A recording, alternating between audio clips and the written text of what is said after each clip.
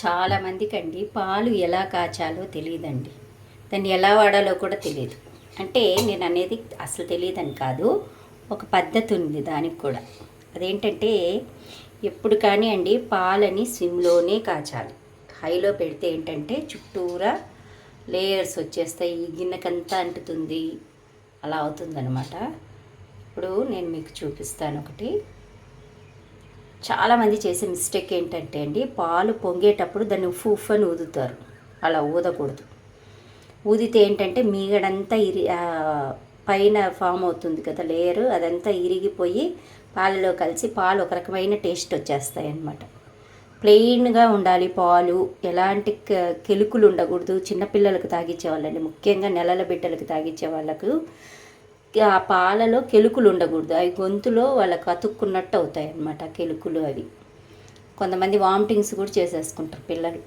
అలాంటి వాళ్ళకి ఏంటంటే ఇప్పుడు పాలు పొంగుతాయి కదండి, చూడండి పాలు పొంగుతున్నాయి. అలా పొంగుతున్నప్పుడు ఊదకూడదు.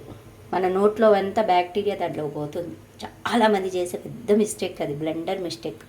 మొహం కూడా కడుక్కోకుండా ఊదుతుంటారు. అలా ఊదకండి దయచేసి. మన నోట్లో ఉండే బ్యాక్టీరియా అంతా వేరే వాళ్ళకి అందించినట్టు అవుతుంది. ఇప్పుడు ఇలా పొంగుతున్నాయి కదా, ఇలా పొంగుతాయండి. పొంగినప్పుడు ఆపేసేయాలి. ఆపేసి ఈ మీగడని అస్సలు ఇదిగోండి పైన మీగడ లేయర్ వచ్చింది కదా, దీన్ని అస్సలు కదిలించొద్దు. కదిలించకుండా మనం ఎప్పుడైనా వంపుకునేటప్పుడు అండి పాలు ఉఫ్ ఉఫ్ అని ఊది వంపుతారు. మీగడిని పక్కకు నెట్టి అట్లా నెట్టి ఇట్లా నెట్టి, మీగడిని పక్కకు నెట్టాల్సిన అవసరం లేదండి. గిన్నెను వంచే స్టైల్లోనే మీగడ పక్కకి వెళ్ళిపోతుంది అనమాట. అది ఎలాగో మీకు ఇప్పుడు చూపిస్తాను. నేను ఎప్పుడు ఇలాగే చేస్తాను. నేను ఎట్టి పరిస్థితిలో ఊదనండి, నాకు భలే అసహ్యం. ఇది చూడండి పాలు పక్కకు వచ్చేసాయి కదా. మరీ చంటి బిడ్డలకైతే ఇలాగే అండి వంపాల్సింది. అసలు ఒక్క కెలుగు కూడా రాదు. చూడండి ఇలా వంపుకోవాలి గ్లాసులోకి, అలా వంపుకోవాలి.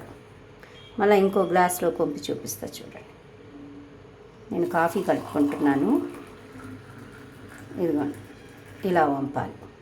ఇప్పుడు చూడండి మీగడ ఒక్క రవ్వ కూడా చెక్కు చెదరలేదు. మళ్ళీ నేను వంపినా కానీ పాలు పక్కకు వస్తాయి. ఇలా ఎక్కడైతే పాలు పక్కకు వస్తాయి అక్కడి నుంచి వంపుకోవాలి. మీగడిట ఇదిగో పక్కకు వచ్చాయి చూడండి పాలు, గమనించారా? అంటే ఆవిర్లు వస్తున్నాయి కాబట్టి క్లారిటీ లేదు, అలాగనమాట. అట్లా గిన్నె చివరి వరకు అలాగే ఎట్టయితే పక్కకు వస్తాయో పాలు అటు పక్క వంపుకోవాలి. మీగడ అలాగే గిన్నెలో అడుగున అట్లాగా వచ్చేస్తుంది, విడిగా వచ్చేస్తుంది అనమాట. కావాలనుకుంటే ఆ మీగడ తీసేసి చేవురు వేసుకొని పెరుగు చేసుకోవచ్చు. అప్పుడు మీకు నెయ్యి బాగా వస్తుంది, వెన్న వస్తుంది, వెన్న నుంచి నెయ్యి బాగా వస్తుంది. ఇలా వాడాలి పాలని. అంతేగాని ఊది పక్కకు నెట్టి ఆ మీగడినంతా చల్లా చెదరు చేసేస్తే తాగడానికి రుచిగా ఉండదు. ఇప్పుడు చూడండి ప్లెయిన్ పాలు, దీంట్లో ఒక్క నలక కూడా ఉండదు. నేను ఎప్పుడైనా ఇలాగే చేస్తాను పాలని. ఒక్క నలుగు కూడా రాదు అసలు. ఇవి కాఫీ పొడిదే, ఒక్క నలుగు కూడా రాదు, టేస్టీగా ఉంటుంది.